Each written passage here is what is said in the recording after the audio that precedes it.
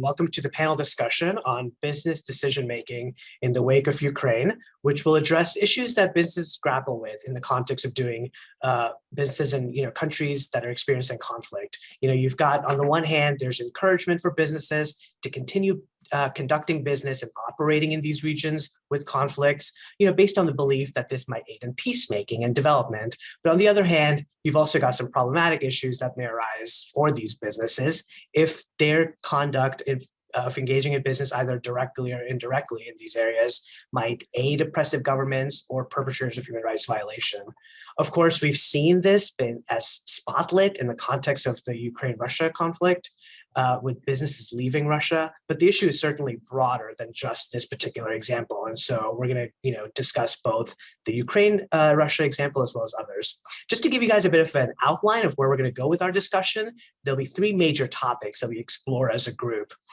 We've designed the panel to first discuss the role of businesses in the human rights context, in respect of international peace and security, discussions surrounding the background of business dealings with these issues, as well as international legal developments that have been happening through the United Nations, for example, that are addressing business and human rights.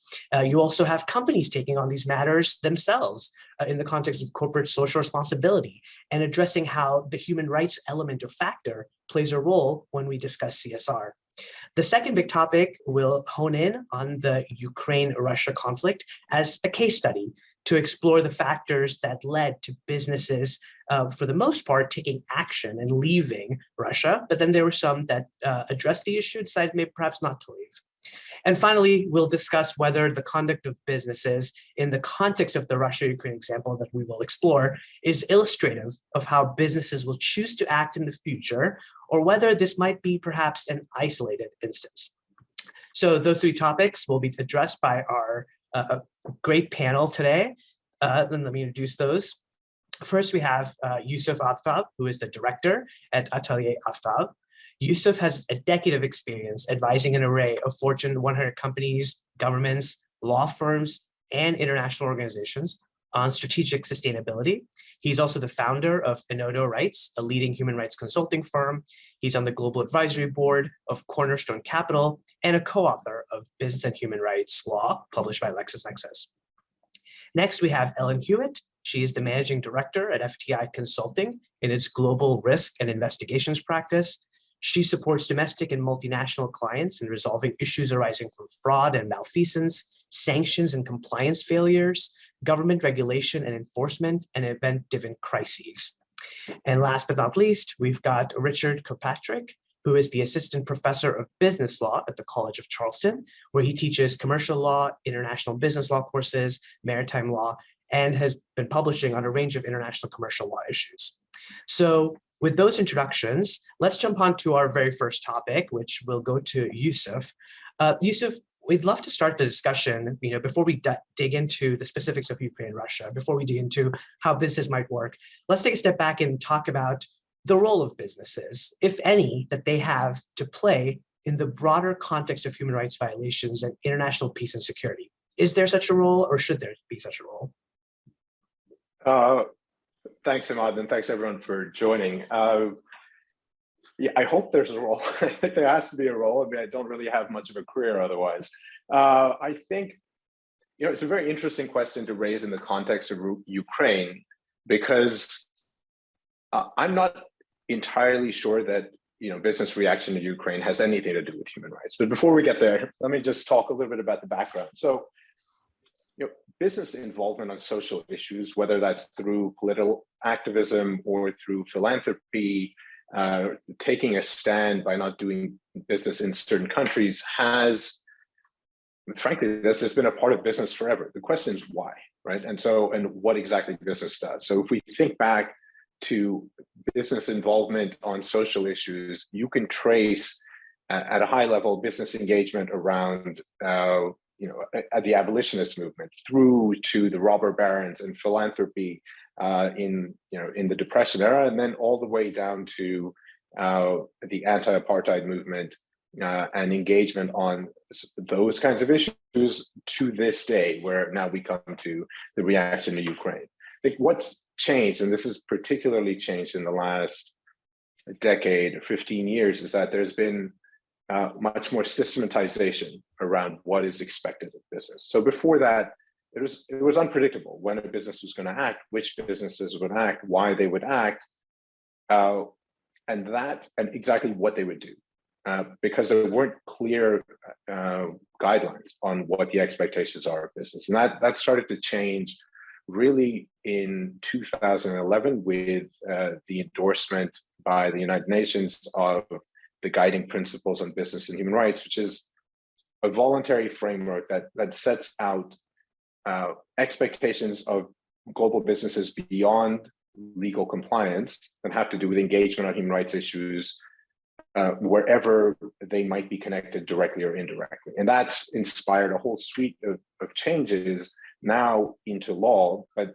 I think there are a few points to understand about that framework and what's made it something that can proliferate and create so many different expectations and risks.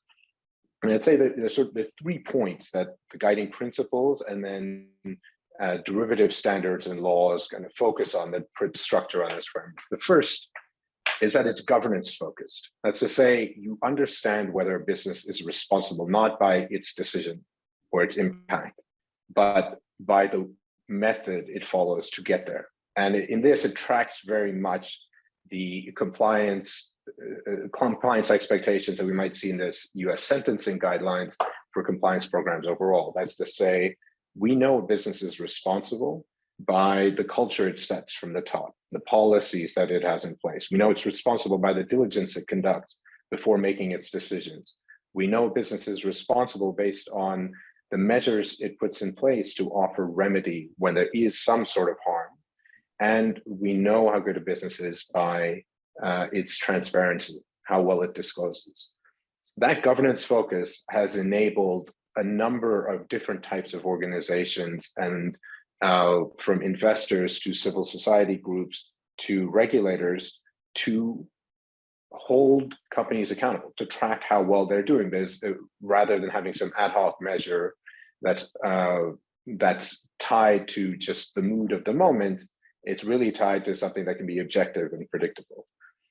The second is that business, and this is going to be relevant in the context of Ukraine, business responsibility is defined by involvement.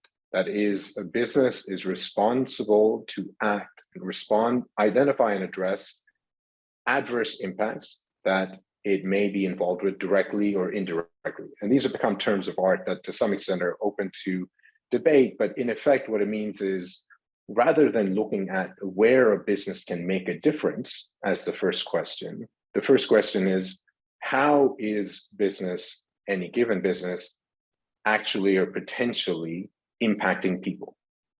And that might be very different from where it can make the most difference. But that ends up being the first question. And then that frames what's expected in response. And then the last element, which is related, has to do with a different kind of focus on risk.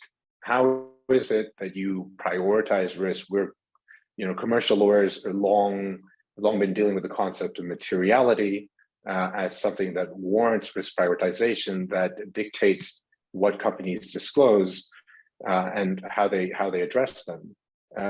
But in these new standards, the key focus is a concept called salience. That is, how severe is the risk to stakeholders and how likely is it? And by stakeholders here, I'm talking about people potentially affected by activities.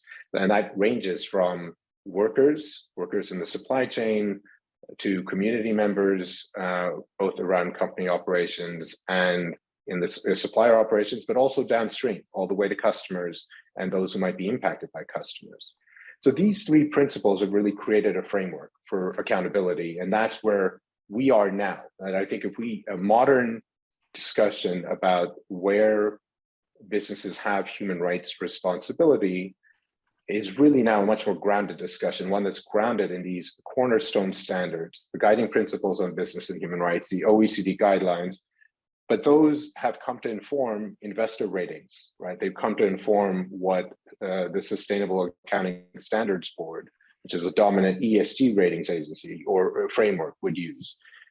They've come to inform now more and more law. So in particular, in Germany, last year was passed the Supply Chain Due Diligence Act. That's called supply chain, but actually its strictest expectations are of companies' own operations. And it is modeled very closely, although adapted for a legal context, on the guiding principles. The EU is considering now a draft directive that's quite advanced on corporate sustainability diligence. And that is even more closely tied to the guiding principles. But these frameworks are then creating a whole different risk context for companies. And these are interrelated risks. So whereas human rights issues for a long time were just brand directed, when the response would then be just the glossy brochure or the campaign that you can market well, now it is brand and law and investor and then institutional customer expectations that are all mutually reinforcing and are tied together. And so when a company develops a strategy on human rights, what it's thinking about is one of those governance elements that I talked about. Then how do you engage with these different kinds of key corporate stakeholders? How do you tell a story that'll be compelling to regulators and courts on the one hand, but to investors on the other, and to civil society groups? And that ends up being the art. What is the responsibility of business? At a very sort of foundational level, it is to do your very best. But at a very practical level, it is show how you are doing your very best to different audiences. So jumping off something there, you talked about international legal frameworks, obviously with the United Nations and OECD, some regulations, Germany as an example, or European Union. Would it be accurate to say that a lot of these duties or responsibilities imposed on businesses are through governmental agencies, through regulation, or do you think that businesses themselves are also taking this on their own? I mean, let's talk about corporate social responsibility, for example, these CSR measures that get implemented at big companies, right? Are those because these businesses feel like that's their role to go in that direction, or is it more because the paradigm is changing as to what is expected of business in the international community? So I think, so two things. One, most of the drivers of this have still been, legislation is coming, but that's new. It has largely been voluntary, but it's still voluntary in a business context. As I say, most of our engagements come because someone from BlackRock called to ask questions of the company, or Human Rights Watch issued a report that might show up on the New York Times front pages. So business is still driven by business imperatives, but I think that as a fabric of those business imperatives, being able to show that you're responsible in a compelling way is more and more integral to just regular good business. So that's the big driver. I do think we're at a precipice of a different kind of universe, because we are seeing a proliferation of actual legislative initiatives with enforcement actions and opening up more and more pathways for civil liability. And we're just at the beginning of that journey. Oh yeah, no, absolutely. A couple of court cases from the US and Europe come to mind. Right.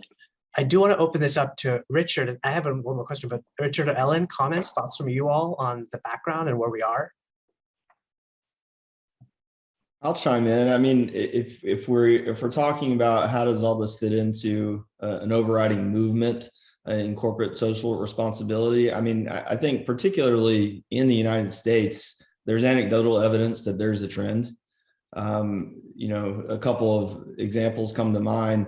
When North Carolina passed its bathroom bill that impacted people with transgender status, there was kind of a vicious reaction by some in the corporate world, including the NBA, the National Basketball Association, moving its all-star game. The same thing happened in Georgia with voting restrictions that were imposed relatively recently. There were statements made by major corporations based in Georgia, Delta, Coca-Cola, but also Major League Baseball moved their all-star game out of Georgia. And so we're seeing this even this week in reaction to the Dobbs decision out of the U.S. Supreme Court, that there are at least statements being made by major companies in reaction to this infringement on civil rights. And so you see this trend In that context, I think also in the environmental context, I think you could see a similar phenomenon where businesses are voluntarily taking a financial hit to promote certain values. But again, I mean, I think as the question was raised previously, why is this? Why is this happening? Are these decisions being made for public relations purposes, or are they truly values driven? The optimist in me likes to think that these are value driven decisions. But I think that there's certainly, it can be both. It can be both, that they're values driven, and also there's an eye toward perception when businesses are making these kind of choices. Can I just jump in on that for a moment, Imad? Just to say, I think Richard's absolutely right. And we've worked though with some of these businesses that he's referring to. And I will say there is right now, though they're not to be, there's a great divide between activism, corporate activism, and corporate sustainability. And those two arms don't necessarily meet. And that the reasoning that goes into programs around human rights due diligence and supply chain and engagement with investors and the like, they're frequently at a very operational level, completely distinct from the decision making around, do we say something about this law in Georgia, or do we say something about these developments in North Carolina? And so I do think the imperatives end up being slightly different when it's difficult still just practically to group it all under one heading, because the movers and guidelines and frameworks are quite different. I think the point that you made about corporate activism is interesting. And I'll just say up front, so I do agree with Yusuf. I'm not sure that the response to the Russia-Ukraine situation is really about human rights, but I think that this situation is it presents a great platform for a conversation around these issues. With Russia and Ukraine, I think that we've seen more of a desire to incorporate this corporate activism more long-term, even if it means some short-term losses. I know Yale has done a great job of tracking businesses that have chosen to scale back or leave altogether from Russia and what impacts it's had on these companies. And broadly speaking, even though it's had a negative short-term impact on these companies in terms of losses, it has had a positive impact in share prices from the end of February to mid-April. So it seems that shareholders are rewarding these companies. And obviously, this is a really short time period to understand whether this is going to be really more long-term, but what we've seen is that companies are starting to take this like reputational risk, corporate activism more seriously, but when it is the right set of issues. And then one other aspect that I just wanted to bring up was, in addition to considering investors and shareholders, I think it's important to acknowledge also the role of employees and employee pressure at this point in time. Post-pandemic, with the Great Resignation, a very hot job market, companies are forced to consider more about how their employees view their policies and their CSR in a way that may not have mattered 10 years ago. And employees typically want to feel that their company is making the right decisions, taking the right stands. And this is, from my perspective, becoming a more important way to retain talent. The tricky thing is, of course, not all employees, like people, are aligned on exactly which are the right set of issues. So it's just another reason why it's really important for companies to put together a framework that's consistent across all issues. Otherwise, not only investors and shareholders will find it confusing why a firm is taking a stand on a particular issue, but employees will as well. Ellen, you raised, among many good points, one that I really want to hone in on, which is, share prices, right, of the companies that were maybe pulling out of Russia, or how the market will reward. When we talk about the role of businesses, certainly one of the first goals of a business is to profit, to make money, right? So when we're talking about roles, that's something that is to be considered, right? When should a business make decisions that perhaps might cost it in the long run? And you just mentioned that, for now, we don't know. In the long run, we'll see. Share prices seem to reward these companies for the time being, but isn't that also kind of spotlights the fact that maybe there are certain types of businesses that, are more public in nature, not just because they're public companies, but because they're more publicly known, for example. So the question for the group is, in the context of the role of a business, which is to make money, but among other things, obviously, as well, right? Human rights is something we're talking about. Are there certain types of businesses or certain types of companies that can more easily or less easily engage in this type of decision-making of what the role of the business should be, of doing business in a conflict zone, for example? Like, are there certain companies that are more amenable to that, or there's certain companies that are kind of hidden away so they don't get that public pressure we've been talking about? Does that matter what business it is? So I think, I mean, there are a lot of threads to pull on there. I'd start first with just the idea actually of the role of money and profit in the decision-making process. Was, I think there's, look, in terms of fiduciary duty and the business judgment rule and how much deference directors are getting, it's, so the bright lines are in like a long-term harm to the business, right? I still think if we were to take Delaware law, you are not going to be in a place where a board can say, notwithstanding the fact that over the long term, we're going to lose value, we are making this socially responsible decision.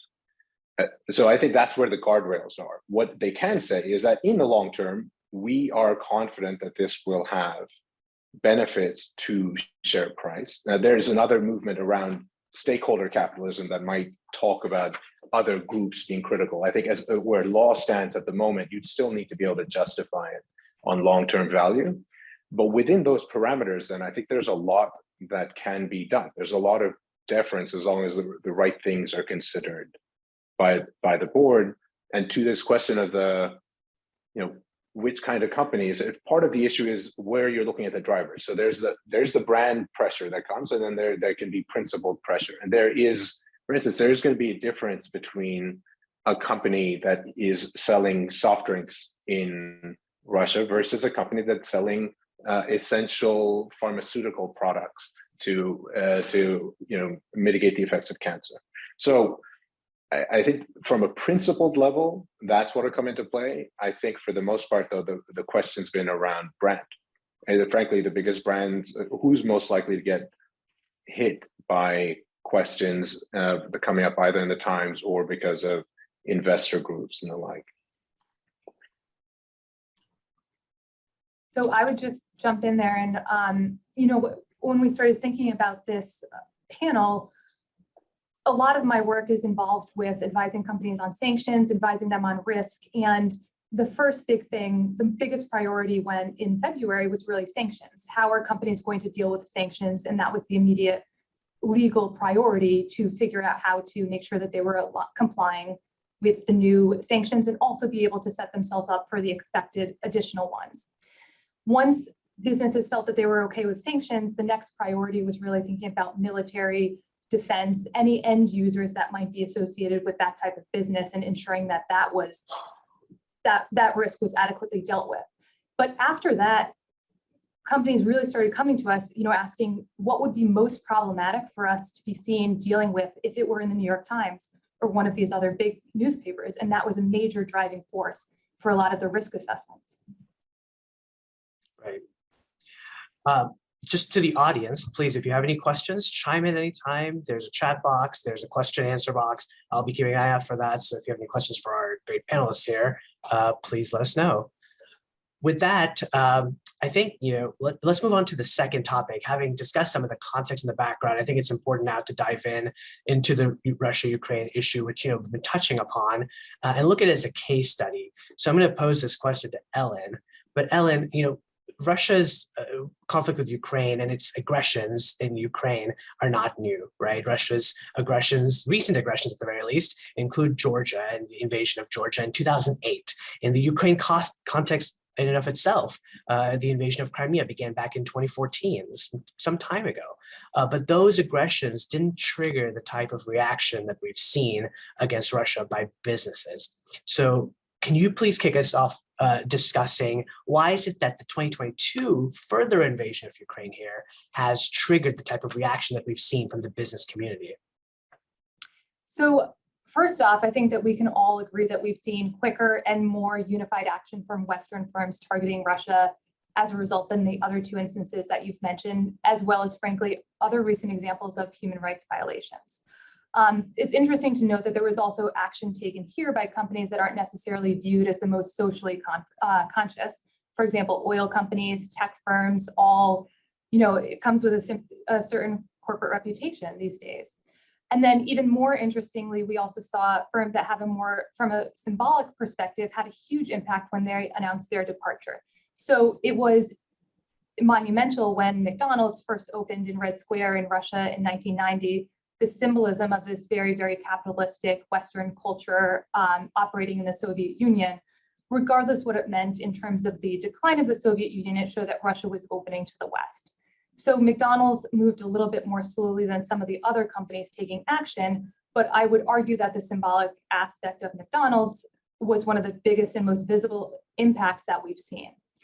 So as I mentioned before, companies were really thinking about what is the reputational risk here once you have compliance and really, supply chain, military defense, once they feel relatively comfortable with their compliance on those areas, and what factors align to kind of create that pressure.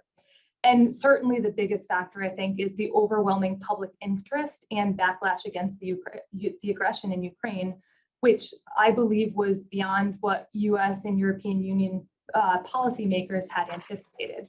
So that not only gave policymakers the opportunity to act more quickly and in a more unified manner, but also passed stricter sanctions and had previously been capable as a result of the Crimea annexation. And the political world in both the US and Europe has become increasingly polarized. But I think also the Ukraine situation, for a variety of factors, has kind of stood out as an issue that resonated more across political lines. And from a human rights perspective, I think that we can't pass over the fact that the events in Ukraine may be more high profile because this is a white European country. And that's probably one of the factors driving outrage over Ukraine. But it also plays into the bigger narrative themes that have recurred since the end of the Soviet Union. The tension between the East and the West. Ukraine has made several indications over the years that it's moving closer to the West, whether that's defined by NATO or the EU. In 2014, right before the Crimea situation happened, Ukraine almost joined the EU. And even though politically it's remained outside, I'd argue that over the past several years, it's culturally continued to become more Western. So when we think about the historical development of this conflict, the public has had awareness of it for a long time and didn't really need any introduction to these built up tensions. And just one other note before we start talking about factors pushing companies to leave on a more granular level, I think that we can't ignore the role of media in the high profile nature of this conflict, both from the perspective of building media narratives around the conflict, but also media and social media have been hugely powerful motivators for companies in making these decisions to exit. As I mentioned, the question that people like companies are asking is, what would be problematic for us on the cover of the New York Times or the Wall Street Journal? And when we're talking about reputational risk for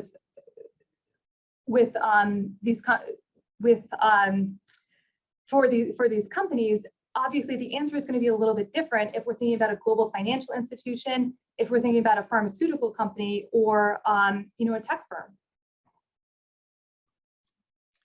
Richard or Yusuf, any thoughts on factors that seem to be aligning or seem to have aligned already for businesses to take action against Russia to leave? I played out, for me, I play out the counterfactual, but I think Ellen's absolutely right, and I think knows this much more intimately than I would. But I play out the counterfactual that if Russia had done what a lot of us had expected and just gone into Donbass and just taken it within 3 days, would we have had the same outrage?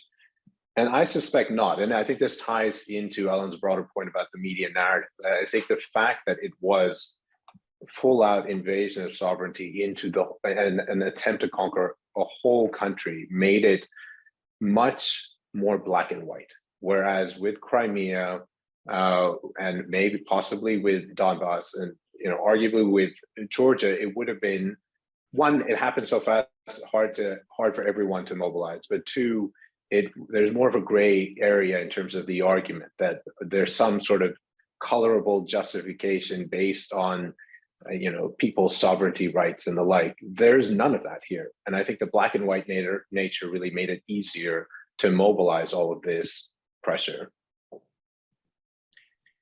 I agree. I think that part of it, I think because of Ukraine's relative success in resisting the invasion, it taking months to and still holding up at this point, versus losing all their territory in a matter of days, which is kind of what it felt like early on in the invasion. After the invasion, I think that has mobilized some of the reaction, both from the regulatory perspective and seeing all these different layers of sanctions that have been imposed, and also just the voluntary measures taken by businesses. I think it's in part because of Ukraine's resistance and relative success. I also think that this kind of happened as a wave where some larger companies set the tone in backing away from Russia. I think perhaps a seminal moment was when BP decided to voluntarily divest from one of its projects, where in a statement they laid out the actual costs that they were suffering, something like $25 billion that they were losing. I think that when they did that, and when they indicated the reason why they did that is because they felt it was the right thing to do, that this spurred other companies to take similar action. And so I think we shortly after, we saw Shell taking a similar approach to back away, and ExxonMobil and other energy companies doing the same thing. And then as this was kind of highlighted in the media, there was a bit of naming and shaming going around, where those companies that were remaining in Russia were kind of pointed out by people in the media. And I think that this continued to promote this wave, and it was almost like dominoes falling, where companies were just pulling out of Russia. Yep. Yusuf, you mentioned, the point about if it was Donbass versus the entire country, maybe the situation would be different. A question for our audience, I think kind of relates to this a little bit.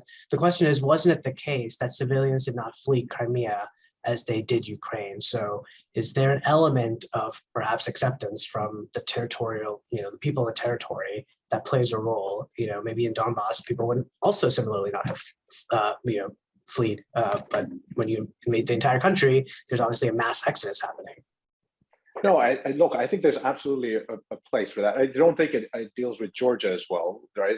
But this element, when we start thinking about Crimea, I think it's a key element, that it is, if you're an international observer and you're looking at this and you're saying, well, the people, they don't seem that upset about it. So, all right, fine. It's a violation of sovereignty, but I can kind of maybe justify it, or I'm not that moved by it in the same way. I think that's absolutely at play, where it was clear here, right? It was clear here that this was a wrong, that was not welcomed, and that was causing, the images, just going to Ellen's point about the narrative around the media, that the images are so horrifying, and it does feel like we've gone back to World War II, right? When was the last time we've seen something like this? So it evokes such primal sentiment and I think that's a number of elements coming together, including the time element, but also the resistance. Right, which gets spotlit in the media, which then, of course, leads to what Richard was talking about, it with the pressures.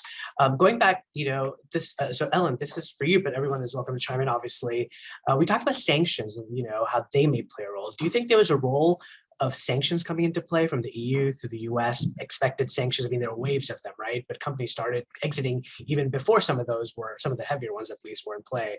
So do you think that businesses were reacting to what they were expecting governments to do? Or was this like we're going to exit out of, the goodness of our heart? I think certainly at the beginning, companies were reacting to the expected sanctions. I do think having the existing sanctions in place from Crimea helped companies kind of prepare a little bit, and frankly, also Russia itself, from an economic perspective, prepare from the onslaught of Western sanctions. But this was really the biggest priority in the first few days. How are we going to deal, for banks, how are we going to deal with adding all of these names to the list? How will we navigate, just general changes in sanctions? There's going to be such a huge overload, and we need to make sure that in these coming weeks, we've done everything we can to get in place for that. And I really don't think it was until after the initial sanctions were passed, that companies really started to think past that, because from a legal perspective, that would be their first priority. Right. Do you, if you guys have any comments, please chime in. But one question that kind of triggers for me at least is: do you think, given the Crimea situation and certain sanctions, which were nowhere close to as strict as where we are right now, right? Do you think that companies were ready to exit? Was there any preparation? Was there assessment? I would imagine there may have been. I don't know, but I'm curious to know if you guys, maybe Yusuf, and you advise companies in this respect, if you knew or were advising companies on whether or not they need to be ready, or Ellen, if you were doing that in your capacity with sanctions that were in place after Crimea, but perhaps expecting them to increase in force and power after something bigger happens. So I can speak. Sorry. Go ahead, Ellen. No, go, please. Okay. So I was just going to say, from my perspective, I think that there may have been a degree of awareness, but not exact. I wouldn't necessarily deem it preparation. I think there was uncertainty as to what extent the aggression and kind of the response from Ukraine, certainly, how that would play out. And I don't think that the preparation was to the level of sanctions that we've seen enacted. Yeah, and I mean, just building on that, I don't know the sanctions context as well, but the business we were dealing with, I don't think anyone thought beforehand, all right, when this happens, we need to have an action plan that involves getting out, and how's that going to play out? I think that there were thoughts about what is our responsibility going to be? How is this going to move and affect what our decision making looks like? But I don't, and this is all anecdotal, but there's no company we worked with that had it at the top of their agenda, this kind of reaction. And I think a lot of that was driven by public reaction and the images. And of course, the leaders of these companies are people. They see those headlines that changes things, and it can change things very quickly if there's sufficient buy-in at the top. And I think this is one of those cases. It wasn't plotted out that well in advance. A lot of it was reactive. I would also weigh in, from a somewhat cynical perspective, I anticipated that some of the questions about the reputational risk to Russia would dry up and stop. I didn't anticipate that the public backlash would be enough to pressure companies to really see this through. And I was surprised to some extent that it didn't leave off with just kind of like the sanctions and then, some questions, and then this eventual, drying up. It continued. Yeah, and I will just building on something Ellen said earlier, and then what Richard was saying about peer pressure. So two things have been key drivers. So employee activism, and especially in public stances, that's actually a critical factor, much more than maybe it has been in the past. But we've noticed that certainly in the last couple of years, if you think to activism around, Georgia voting rights, and in North Carolina, to what's happening in Ukraine, a lot of that was very sensitive to how our people are going to react.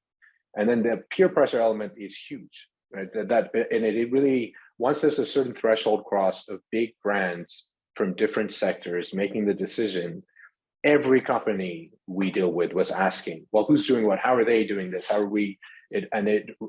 When letters came from even moderately sized, moderately influential civil society groups, companies were taking that very seriously and benchmarking if they thought at some point there's going to be a list published and we're going to be on the wrong side of that list.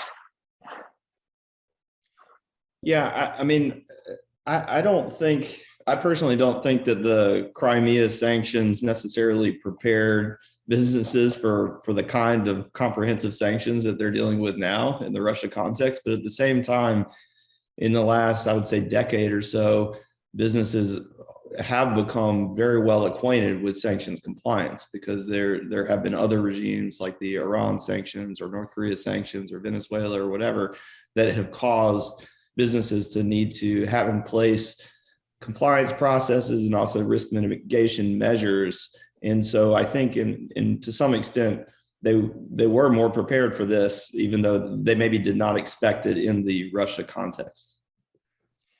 So there's a comment made by one of our audience members that also triggers another question. So we've been talking a lot about factors that businesses undertake or consider to exit, right, from sort of the Western side, peer pressure, employees, the media issues, the fact that, we've got a Western European white country being invaded, and you see pictures of that. So that's sort of, factors that perhaps we're seeing from the Western side of things. What about from the Russia side of things? Do you think that there were factors about doing business in Russia and threats that Russia posed to these companies and businesses within the Russian territory that also went into play? Because the comment, that I'm reading is about the risk that Western companies would face if they stayed in Russia. So, and once again, anecdotal, I don't think this has come up, but I think that wasn't the concern, that there's going to be, I don't think McDonald's was thinking, what, just because we're American, Putin's going to treat us differently if we just keep our heads down and keep rolling. There might have been concern once we start speaking out, then we might see some retaliation. But I think the Russia factor that's most important, it's kind of the elephant in the room, is that Russia's not that important. I mean, it's much easier to get out. There's so much uncertainty. And in that all of that uncertainty, it's actually a much easier decision to get out of a mid-sized market that doesn't matter that much. Then it's a very different calculus. I'm sure we're going to get into it, but it's a very different calculus with China, right? And we're seeing with the same kind of framing of issues, very different reactions, both at the public and at the operational level. And I think that Russia element, combined with the uncertainty, is what makes a difference. Is that there's probably a view that there might be some retribution. We might be able to control for it, but we don't know how this all plays out. And it's not a big deal if we get out. Yeah, I think safety and logistics is part of the calculus as well. So if a business is worried about their employees in Russia for whatever reason, that might be weigh into their decision-making process as well. So I think it's all of these factors together, but it's a very good point that it's not just about values and it's not just about reputation. There's other elements as well. Yeah, and I think after some of the second or third rounds of sanctions, there were legislation for expropriatory measures within Russia. So fair enough that you may need to be concerned. As I understand, there is a new McDonald's in Russia now. So, right. Love that going on. So we've talked about factors, that have been considered by businesses to exit.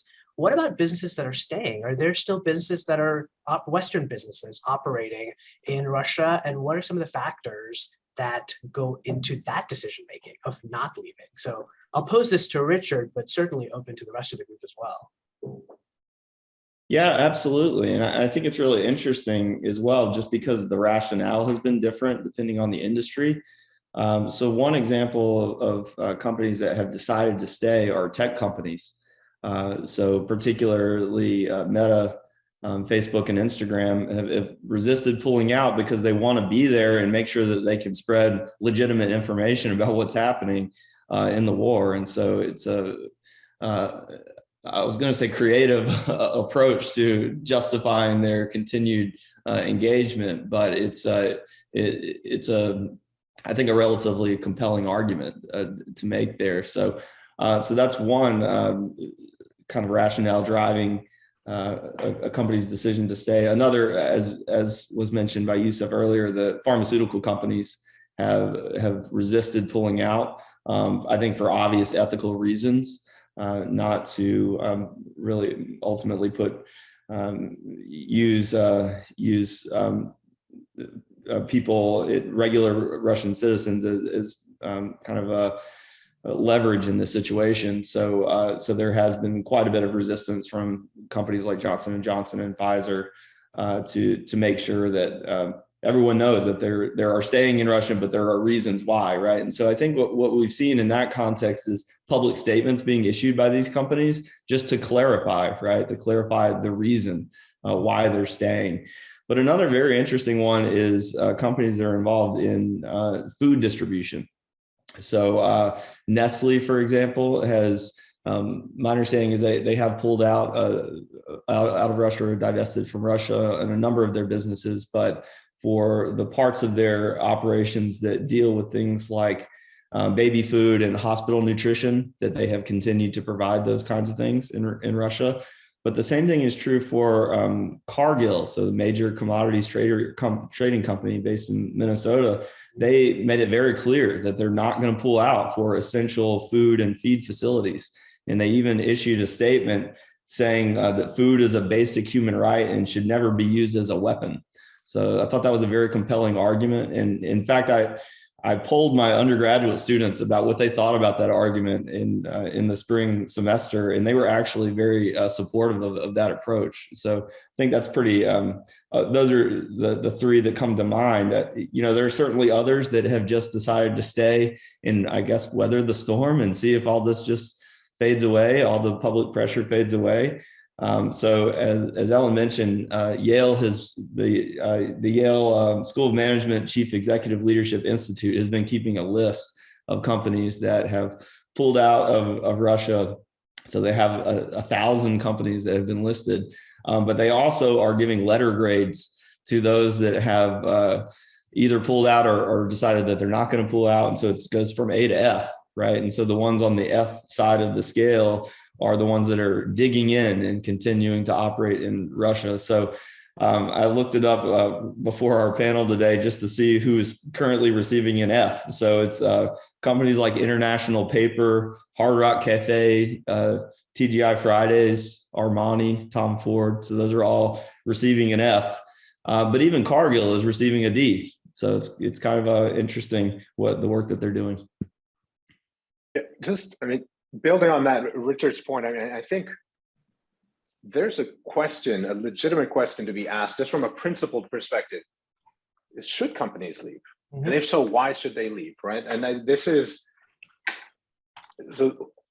speaking to the pressures that have led a lot of companies to leave, this is one of the reasons I think that it's not necessarily a human rights question. I think a lot of the decisions that have been made are driven by brand pressures and the like, and not necessarily by some weighing of the moral calculus. But when we think about just applying that lens, that human rights lens that I mentioned before, if we were to apply the lens that's laid out in the guiding principles as to what companies should be doing, the question would be around which impacts they are involved in by staying, directly or indirectly. So it becomes easy in certain contexts. If you're supplying the Russian military, okay, this is a problem. If you, and probably you should be getting out, right? If we just apply basic logic.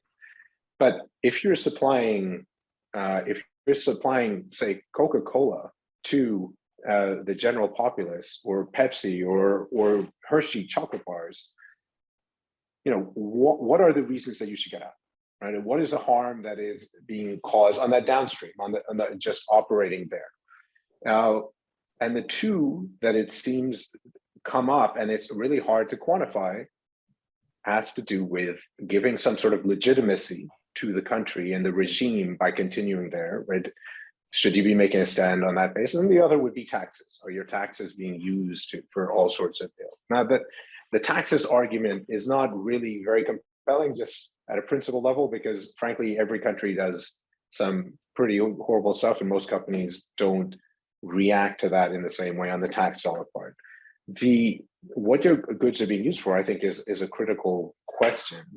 And that's the one that I think, when we're seeing justifications, yeah, pharmaceutical companies, of course, intuitively, there's a good reason. Food and beverage companies, or food companies, and certainly essential foods, there's a very good reason to stay there. I don't think they're all staying or they're all leaving, but I think it's one of those that reveals that we're dealing in a sui generis context, in a way that this is not driven by a principle, it is by a different kind of pressure. Because I actually don't think in most cases there's a very strong human rights argument that we need to get out unless there's close affiliation with the regime. And the other element here is, it's not a democracy. It's not like by putting pressure on the Russian people, you're telling them, throw this guy out of office. This is a regime over which they have very little control. So the question ends up being, are you doing more harm? I think the real question is, are you doing more harm than good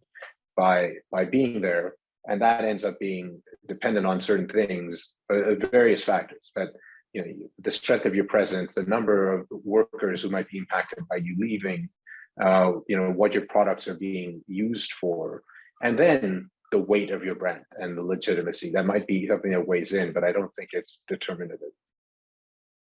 What about profitability? Let's say, you are a pharmaceutical company and there's legitimate reasons to stay. Would you, just a question or a thought to sort of, explore that comes to mind. Should you stay and make a very large amount of profit and, use as a backup? Well, it's pharma, right? We got to get medicine to the people, which is a legitimate objective, obviously, right? But do you also weigh that against, you're also making a ton of money and potentially also, indirectly perhaps assisting the perpetrators or so? Or should you perhaps scale down your models that maybe you're not making as much money and, you seem better? I mean, are these companies going to have to justify that? Or are these companies even being asked these questions, right? The ones that are staying. They are being asked the questions, and there's not an easy answer. That was with all of these, and it's so we can say that we've been involved in these discussions. There isn't a simple answer, and the idea of zero profitability sounds very appealing. It has it's difficult at a business level. It's also one where, frankly, the way these models work, you need a certain. It's hard to draw exactly where the lines are and then what all the externalities would be, right? In short. And so, I don't think at a moral level, there's anything inherently wrong with profit. The problem is, there's a problem with profiteering, right? So this is something companies are very conscious about. So pharmaceutical companies operating in Ukraine and trying to provide to refugees are very alive to, it's at least the responsible ones, are very alive to the risk that these vulnerable groups might be completely taken advantage of and not have access to what they need. But it's a different question when it comes to the Russian people, and the fact that you make a profit in Russia, I think at a principle level, is not inherently a problem. I'm not speaking for any given company here, but as I reason this out, we've reasoned this out with companies. I think these are some of the things to bear in mind for just applying that human rights lens. I quickly want to talk about, and we want to move on to the third topic. I want to talk about the role of media. Ellen had mentioned, the role that media had played, but I really want to hone in on this a little bit. Can we talk about, and Ellen, maybe you can talk about this or others can chime in, how has the role, like media, really shaped this particular conflict, right? I mean, we can compare it to Crimea or Georgia. We can compare it to many other conflicts in the Middle East and other parts of the world, some of which Russia's involved with. And yet the media focus on Ukraine has been rather intense. I mean, there was weeks where I would turn on CNN and the only topic being discussed was the war, nothing else in the world. Sure, so I can address that, and then the others can jump in. But so first off, Ukraine itself as a country has been extremely skillful in how they've managed their media and how they've messaged this crisis. Youssef mentioned earlier that with Crimea, there wasn't, maybe perceptively, there was not that much of a backlash from the people there about the Russian aggression. But we definitely saw that with Ukraine. There was a very clear black and white line drawn. And we have to talk about, of course, the Ukrainian president, Zelensky. He's a former actor. He knows media. He's been very skilled with messaging, his use of social media, interacting with global forums. And this really shows and has been incredibly effective.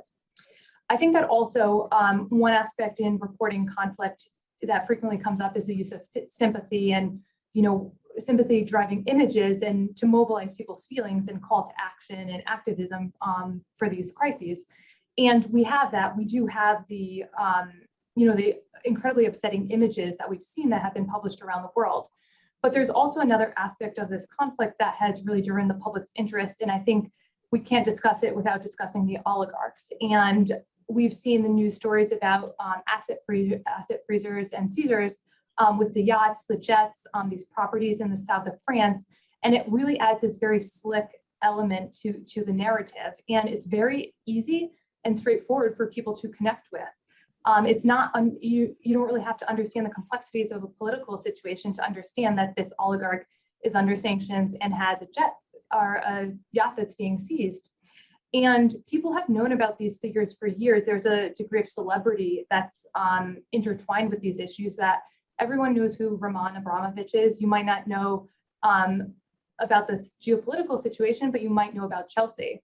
And it's almost like there's this built-in audience just from, apart from the actual conflict, the name recognition of these oligarchs. Just a slightly different take on this, but I completely agree with Ellen. I mean, I would say the other thing that's been interesting is how the media has been used by government. So one of the pieces that was interesting in The Economist a couple of months ago was this idea of pre-bunking and how both the US and UK governments, to prepare for fake news and the counter narrative and to control for it in the lead up, were revealing so much more intelligence than they traditionally do, which demonstrated their credibility the moment that everything played out as they predicted. And I think that this is our experience with misinformation over the last 6 to 10 years has really informed now strategy at the governmental level as to how to control for and ensure credibility in a particular narrative. And that, this was the first test case, I think, for that. Great points. And, I mean, President Zelensky has spotlit something that I think can transition to the next topic. And he's brought up Taiwan as an issue, right, already in the media that's sort of circulating. So I'm going to pose this third topic to Richard to kick us off with. But I want to talk about, whether the response by businesses to Russia's invasion of Ukraine have opened businesses up to criticism for continuing to conduct business in other regions of the world that have experienced and also are experiencing conflicts, accusations of genocides and other significant human rights violations. How do we take this example of what businesses have done in Russia with the Ukraine conflict and apply that to what these businesses perhaps are also doing, at least conducting businesses, in other regions of the world experiencing conflict? Yeah, I think if the question is, do they open themselves up to criticism? Yes and no.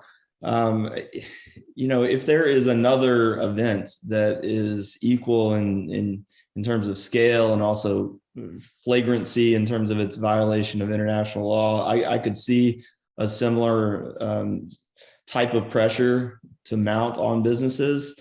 For example, if there was an invasion of Taiwan, then yeah, you might see a similar movement. God forbid, but that is possible. But I think in terms of current human rights controversies that have been discussed in the media and that are happening in certain parts of the world, a couple of situations come to mind: inhumane treatment of ethnic Uyghurs in China's Xinjiang province, and also the Saudi-backed war in Yemen are two situations that have been raised in some circles about in terms of perhaps not generating the same kind of response from businesses that maybe there should be. But I think in part, the reason why we've seen a different reaction is because those situations are much more nuanced. And so it can be difficult for the same kind of public pressure to mount. And so in contrast, I think there's no hiding from the war in Ukraine, and it's just so blatantly horrific what has been happening. And as has already been pointed out, there is an affinity toward Ukrainians for whatever reason. And because of that, this is a unique situation. But, something when we think about, whether businesses should be criticized for not doing more in these other situations, part of that comes across as a little bit tone deaf and deflecting in this current moment, just because of I see these as different situations, right? And so it's one thing to notice that there's a difference in the way that there's been a business reaction to Russia's invasion versus a different type of reaction in these other situations. But to really focus on that seems to kind of miss the point. I think that there has been an extraordinary collective response against Russia and in support of Ukraine, and that is something that we should not lose sight of. I think this is, just flowing from Richard's point, I think that, well, let me put it in context. Before the Ukraine event, what occupied 2021 for me was Xinjiang and the issue in China. And it is absolutely true that every time businesses take a moral stand on some issue, it can be used against them, and it does get used against them. And when it comes to Xinjiang, Congress has done that against certain businesses in a very public hearing last year in August against a number of sponsors of the US Olympics. And if you listen to those questions, they're all about how come you took a stand on this law in this state, and now you're not saying anything about Xinjiang. I think that there's nuance. The nuance is, though, not in the fact that, look, you look at Xinjiang, there's not much nuance in what China's doing. The nuance is the fact that there are all of these other variables in play, and there's a different story, going to the media narrative point, there's a different story that China can tell that can confuse the situation.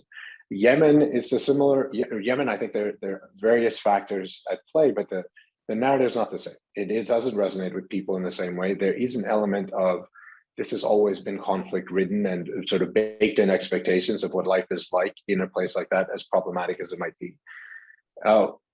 But this, the counterposing Ukraine and China, I think that frankly, if China were to invade Taiwan, you're not going to see the same reaction, partly because you can't, right? What are we going to do without semiconductors? What's going to happen? We're so woven into the Chinese economy, the whole world's economy is so woven into the Chinese economy. It'd be very hard to have the same kind of reaction without having much more significant consequences. So I think there'd be a similar level of outrage. I don't know if it results in a similar kind of decision-making process. And I think that's one of the things that Ukraine reveals, that all these elements we've been talking about, from the size of the Russian economy to the media narrative to the sort of maybe the echoes with the past and the kind of force that has, they all weigh in to make this a kind of perfect storm for businesses to react decisively, clearly aligned with some sort of moral case.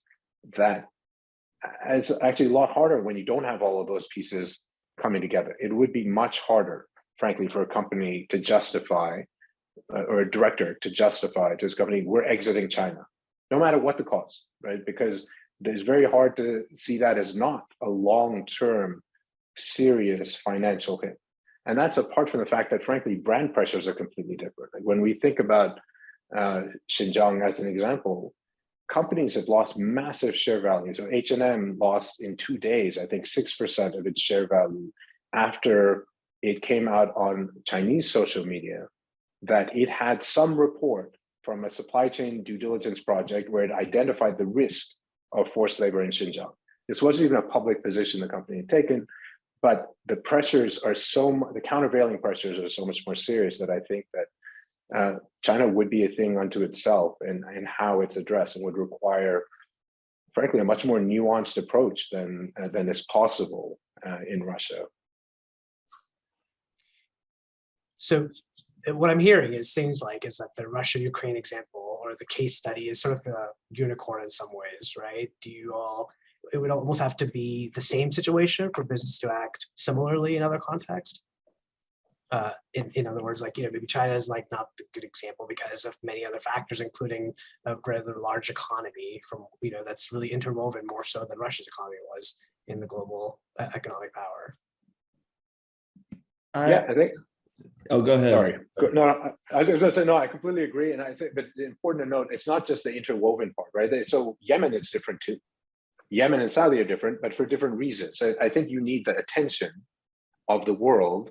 You need it galvanized, you need a simple narrative, and then you need it not to be too important an economy. All of those have to come together to frame the decision. Yeah, I think it is unique in the sense, as Ellen pointed out, the Ukraine is winning the information war. And so in that sense, that is unique. Would Taiwan have a similar ability to to communicate in that way, I don't know. But in terms of dependence on trade with China, I mean, I think there are some parallels between Europe's dependence on Russian energy and a lot of the rest of the world's dependence on supply chains linked to China. And so I don't know that they're totally different in that way, the two possible scenarios. But yes, I do think that the Russia context, the Ukraine context is unique, but we might see something similar again if there were something of the same scale and flagrancy in the future. But I hate to even think that could happen. Just a thought on. Oh, sorry, Ellen. I'll stop. I was just inspired by something Richard said. Go ahead. No, good. No, I was just I agree with your both you and Richard. I think that the Russia situation is kind of a unicorn, everything aligned to kind of really put this pressure on companies. But I also think just the question of sanctions and how much sanctions is going to cover is interesting as well. If there is some other event, some other human rights violation, and sanctions are then enacted, is that going to be enough? Will that be enough to take care of companies' corporate social responsibility, or are we ever going to see this pressure beyond sanctions again? Because I think it's very rare. We certainly talked about regulation a little bit, right? Since the very beginning, that there are these international principles that are now trickling down to legislation and sort of kind of giving cover, or at least giving direction to companies as to how they need to act or maybe what they need to do.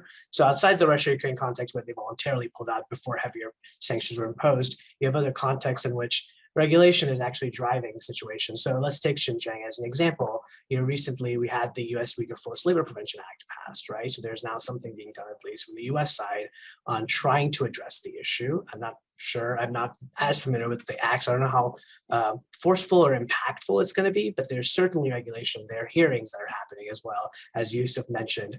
Do you all think that in these type of contexts, right, the unicorn aside, but we still have to deal with these issues from a business perspective, do governments have to sort of take the lead in imposing certain rules or regulations, or perhaps shaming them publicly during hearings in Congress, for example, to bring attention to other conflicts and how businesses are conducting themselves in those other regions? Okay. I think there's absolutely a role, right? And it can absolutely be helpful. It can also be very simplistic. So I take as an example with actually Congress's reaction last year when it was trying to pressure companies doing business in China. It was in a context of actual impotence. It's very easy to craft a narrative of corporate evil that is divorced from reality. That is to say, it's very easy to hit them on that front with hearings. With legislation, I think the challenge is that can be quite a blunt instrument, and there's real conflict. So as an example, right now, the laws I talked about in Europe, they are all about doing due diligence and then putting in place best efforts and exiting as a very last resort.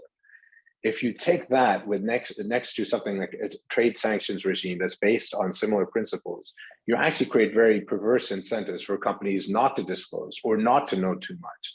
And so one of the problems right now with the government efforts is that they're not really nuanced to commercial reality or to the interplay of different legislative regimes for global business, which is the ones that we care about most. There's absolutely a role, though. It can absolutely help. It just has to be very carefully calibrated. And that requires more than just something that plays well in the headlines. Richard, Ellen, any more comments from your perspective on, compliance rules, regulations, whatever it may be, but some sort of governmental action that it may take to get companies to act or to sort of focus on these human rights or conflict issues? Well, one thing that I think is interesting is that there has been this approach or movement toward targeted sanctions in the last, 10, 15 years, where sanctions are carefully crafted to focus on strategically important sectors. But And that starts with regulation. That starts from legislative decisions. But when businesses are making these decisions for themselves, you kind of lose that ability to carefully craft the sanctions in a targeted way. In fact, when businesses make these decisions for themselves, they're not sanctions at all. And so I think these are layers in terms of what this would mean when you have a geopolitical controversy. You'll have layers of sanctions, layers of regulations, and then beyond that, you might have these voluntary measures that are laid on top of that. And only then can we see the full picture of what kind of pressure the targeted regime would have to absorb. Yep. And to a point that Yusuf made earlier, it's also about, do governments want to act, right? Because do we really want to impose sanctions when a lot of your supply chain is dependent upon the country against which sanctions may be imposed? We're running up against time, but I will read a comment that we just got from one of our audience members to see your thoughts. Apparently, I did not know this, China had ordered elites and other important persons and families to eliminate their foreign holdings and assets abroad. So these are directed as Chinese citizens. This is apparently coming after careful study of Western sanctions against Russia and taking steps now to reduce potential exposure in the future to attempted sanctions. Any thoughts or comments on sort of what China is doing in response to what it's seeing in the Russia-Ukraine context? It's like a smart move. I mean, the more you can insulate yourself, the better, right? So yeah, I'm not surprised. I would be surprised to see similar types of sanctions as you see, but pressure. Yeah. It's interesting. I hadn't actually personally been aware of that, but I mean, certainly from a sanctions evasions perspective, a lot of the Russians have been transferring assets over the last several months, transferring them to family members and just making it more difficult. So from a China perspective, it is probably a smart move. Yeah. And here's one more question, from our audience members. What is the level of preparedness of the United States to impacts of directives that will inform or affect probably negatively the supply chain and macroeconomics? Are we there yet to be able to take such strong measures to secure ourselves? So no, but I think it runs the gamut of stuff, right? So with semiconductors, there is a push now. The Biden administration is making a push to get more of those developed locally, and I think there's something. And then in other countries, like with Samsung in Korea, I think that's still early stages. There's no way it's going to be close enough to meet our demand. But I think in more fundamental ways, for where we're heading, if we think about the zeitgeist and clean energy, we're completely dependent on suppliers from some specific regions of the world. So when it comes to polysilicon, which is essential for solar panels, I think 80% of that comes from Xinjiang, right? We're not in a place to gear up and meet our other sustainability objectives otherwise. And the same cobalt, that's really concentrated in certain parts of the world, but Chinese companies and China play a significant role in that supply, and that's critical for all of our batteries. So no, we're not ready, and I don't know if that's a realistic ambition to be ready, because that might be all wasted resources. Additional risks that we have to take into account when thinking about businesses taking action, even in these hard contexts, right? With that, we are at closing